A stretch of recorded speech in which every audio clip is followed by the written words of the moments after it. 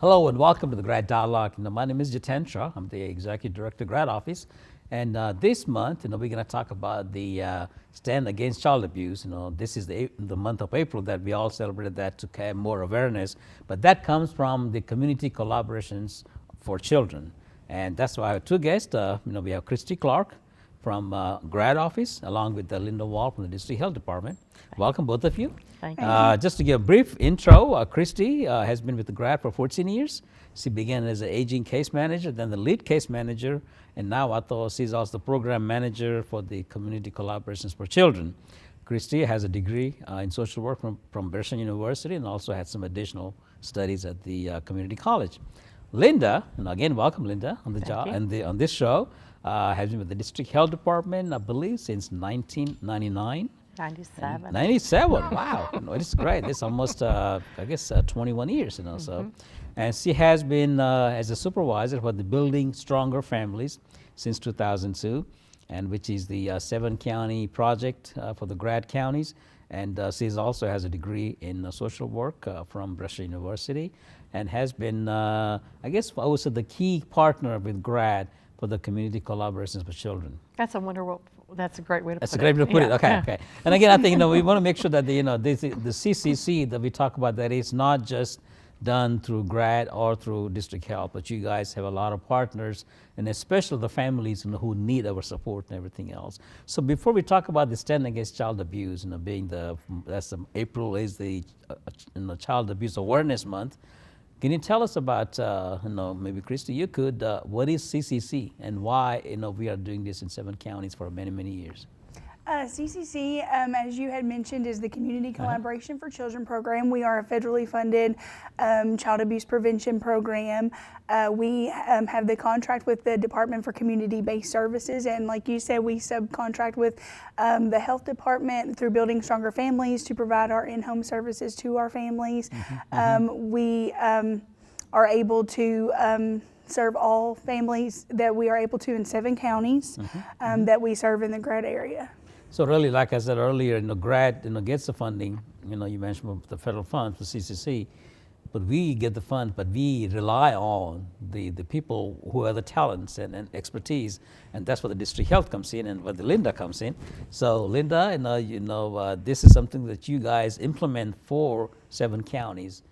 Can you tell us, how do you implement the CCC and how do you reach out and who are the clients for these? Okay. We serve families with children birth to 18. And we go in the home. We're in your home for about 2 hours a week. We get referrals from a lot of places. People can self-refer themselves. So if they're wanting a little extra help with parenting, we work on anything they want to work on. So a parent might have a problem with a child having meltdowns as a toddler. And we would work with them on strategies that could try to alleviate some of that. We teach growth and development. We do a lot of screenings on young children to see if we can find delays and then refer them out to other places. We work with a lot of community partners for anything a family might need, any extra services that they might need. But we use the active parenting curriculum. It's on TV, so we show DVDs and they watch one way and then a better way of how to handle a certain situation with a child. So I think that's the term comes in, community collaborations. It's not just the 2 partners. You have the whole community engaged in providing the best, upbringing for the children in need. Absolutely, we couldn't do it alone. We have to do it with help from others. Can you name some of the partners that you have? We make referrals to New Beginnings, Oasis, Girls Inc., Boys Club, some of the like the help office here in town, and then like Happy Feet in Union and Webster County.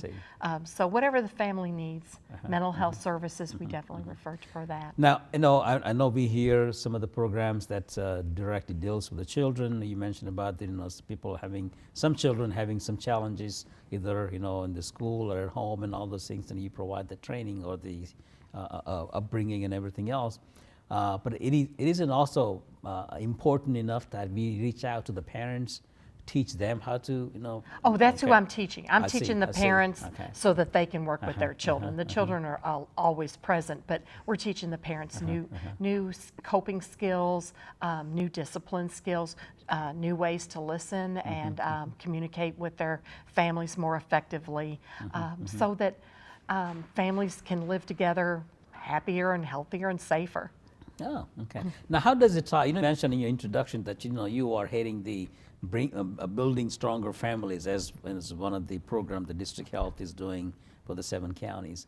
Yes. So is it a CCC is one of the big component in that, and They're our major funder. Okay, We have small grants from United Way and in the Ohio Valley, and then we do fundraising. But our primary money is through the GRAD grant. I see. Now, Kristy, GRAD has been receiving this funds from state to the federal government. So, how many years have been doing these? And can you tell us about it?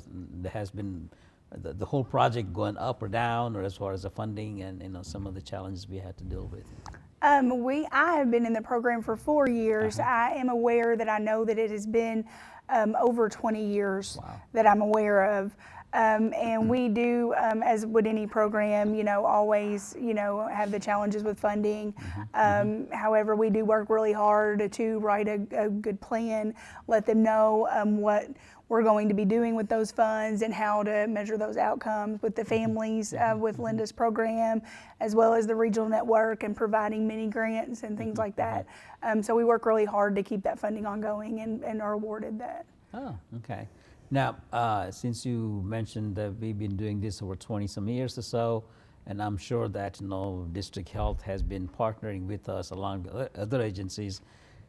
I know this may not be a fair question because it's difficult to measure, but like any programs, they also want us to look at the performance. Are we spending the taxpayers' dollars the right way and everything else? Have we accomplished anything? So can you comment in general terms as far as what you, being a practitioners, have you seen any progress in dealing with the community collaboration of the children? So we measure a family. We assess a family at the beginning and at closure. And every year we add up all of our successes and the ones that we were not as successful with. And we've been averaging about 74% for many years. This past year we got to 75.7%. So that was the most we've ever had. So we are very proud of that. That's always great, to have the successes going up, that. Yes. And also that also affects hopefully the not only the level of funding, but people who are watching over the progress, they may decide to continue the funding for the next year and everything else. Absolutely. Absolutely. Now, one of the things that I was reading about that one of the key components of the event in implementing CCC is providing awareness about the child abuse.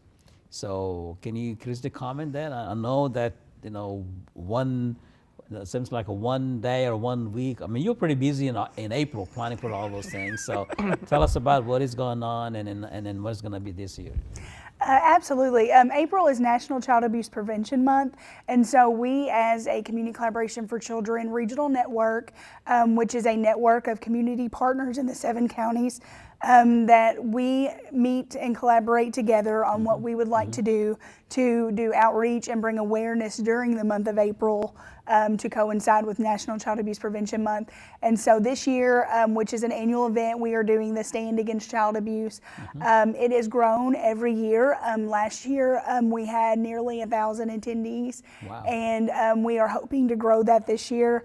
It is an event that we now hold at Kentucky Wesleyan College in their lawn. They have been gracious to allow us to use their facility.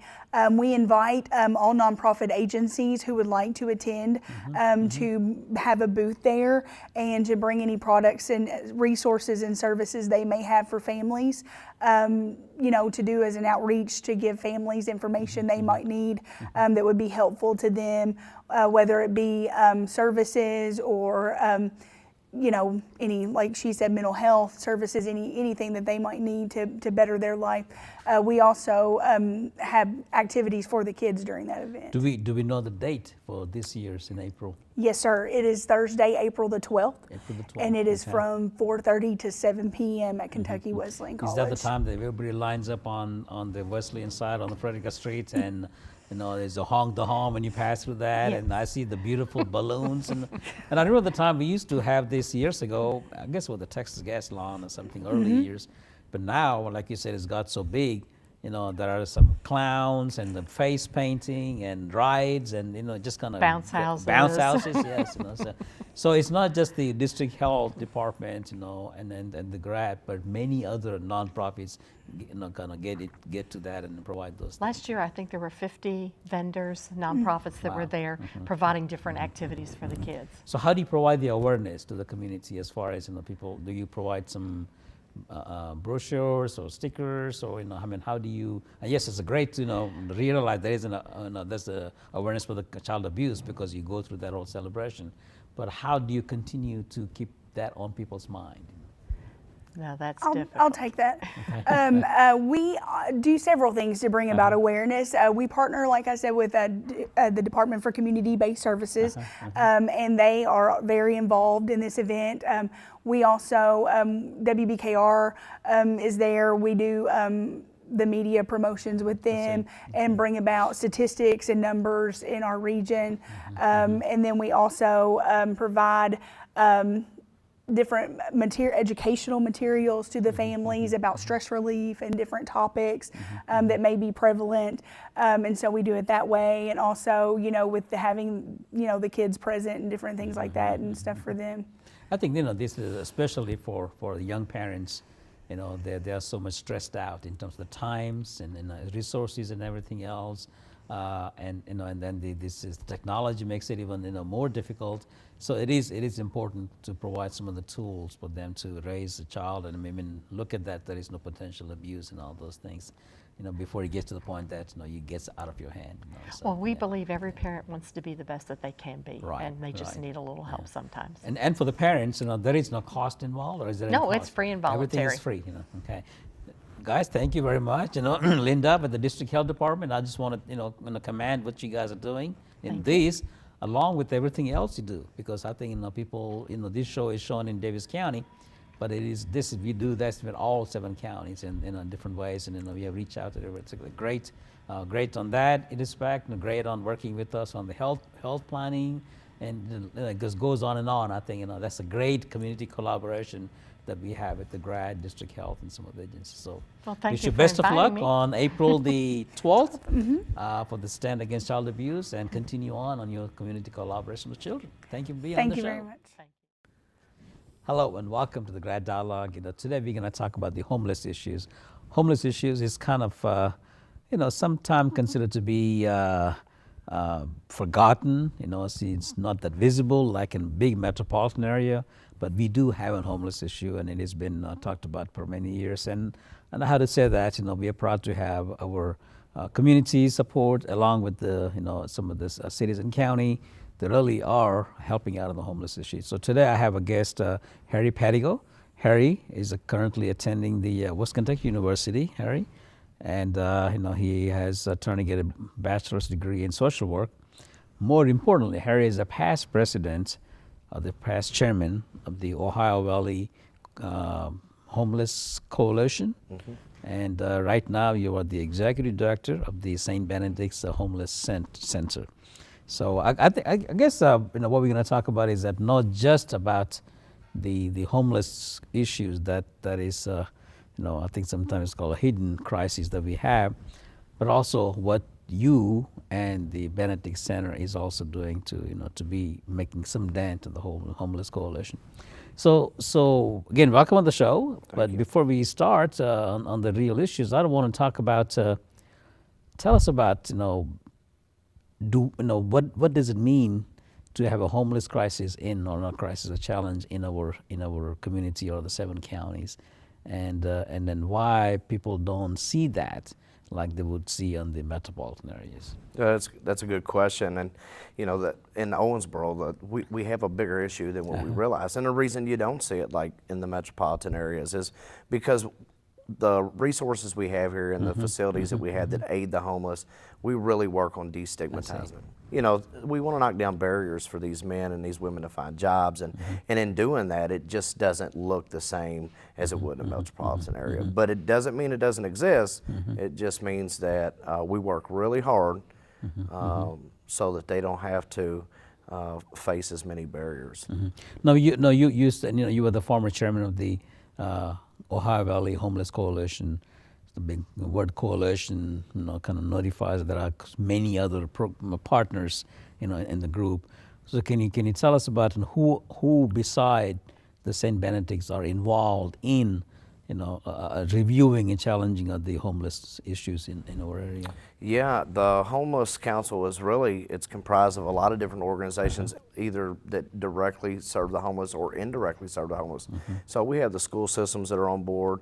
We have, the Bulware Mission and Crossroads, Shelter for Women, the Daniel Patino Shelter, Oasis, Owensboro Regional Recovery, Lighthouse Recovery Services, Reentry Council with probation and parole. There's so many people involved because homelessness is so multifaceted. So we all kind of come together and rack our brains and look at these issues and try to face them head on and try to come together as a collective whole instead of individuals. So, in previous studies and also the working, as a grad director, over the years, it's always been a challenge, for a community.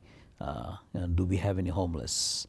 When the state releases the numbers, of homeless numbers by county or something like that, somebody's, well, look, this small county has no homeless, but oftentimes, they may be coming to the Owensboro area or something, and so how do we kind of count the homeless? Because I guess in order to find a solution, you want to also understand the problem itself. So. Yeah, and that's been a challenge we've faced for a while, is trying to get an accurate count. The Kentucky Housing Corporation, they conduct a count every year that a lot of the shelters try to participate in. However, it's really hard when you have individuals that are homeless, living 4 or 5 in a hotel room, or 6 or 7 living in an abandoned house. Those individuals are really hard to count. The best thing that we can do is work together as organizations that serve and come up with a database, which we are. As the Homeless Council is working on that, trying to collect that data. I can speak on behalf of St. Benedict's. We're a 60-bed facility, and we've served 500 and something individuals this year alone. So you can only imagine when you have other facilities that are 60 beds to 100 beds as well. So I know right now with the 8 facilities that are serving the homeless or what's considered the homeless, there's probably about 400, 500 on any given night in those facilities combined. So really, I think we are in some extent fortunate to have that much facilities, for the size of our community to provide the services for the homeless and near homeless folks, in the Owensboro area. So. Most definitely. I think we're very resource rich when it comes to that. And I think that's another thing that you see in these metropolitan areas is they don't have, for their per capita and their population, they don't have the amount of resources that we do here. So we're able to accommodate that, and we're able to help, catapult people onto their independence. So it's Owensboro is a great place. Harry, you addressed my Rotary Club just recently about the homeless and the St. Benedict's, and I think one thing that comes to my mind that I remember a lot is that you mentioned that in talking to some of the homeless clients that came, or the members that came to St. Benedict's, to get services, and they were not from this region, and they were from other other states, and the reason they came because somebody told them that you go to Owensboro and they have the best services available for the homeless. Is that true? And yeah, that happens a lot. People come to us because they hear that they're going to get help in Owensboro, or they're going to get help at this facility, or whatever it may be, and so people are attracted here. This is a city of hope. And as bad as it may seem, to have that, I guess, to attract that, it's really a good thing because Owensboro is so instrumental in really changing people and touching people's lives that the word's out all across the country. So I think that's a good thing. So Yeah, and we know GRAD also are very active in the aging services for the senior citizens and all that. I think in our experience with them, we also find one of those a one away kind of campaign that one paycheck away or one health crisis away, they could become homeless or they could be in the nursing home. So just because of that, so that's all that's where quite a few near homeless things comes in. That maybe if somebody loses a job and all of a sudden could become homeless or so it's a lot of different challenges that you guys face when somebody comes to your door to looking for assistance. So yeah, and I admire what y'all are doing for the seniors, and you make a good point. The homeless population is growing in that area, in the senior citizen area, and the reason is because they don't like the facilities that they're at, or they feel like they don't have anybody, and so they'll find themselves at a shelter where they have people. So with homelessness being as multifaceted as it is, and so many moving parts and so many different situations that could, like you said, one paycheck, one surgery, one addiction. Right. It doesn't take anybody. It doesn't discriminate. So talk about the addiction, and I want to talk about your St. Benedict's facility, and for a couple of minutes. But also I want to talk about, before that we could do that. Tell us with the opioid crisis, it's there and it's going to get worse.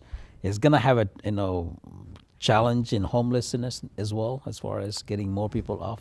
Most definitely. Through our drug testing that we do, we identify a lot of underlying issues, and the opioids have definitely touched a lot of the people that we've seen.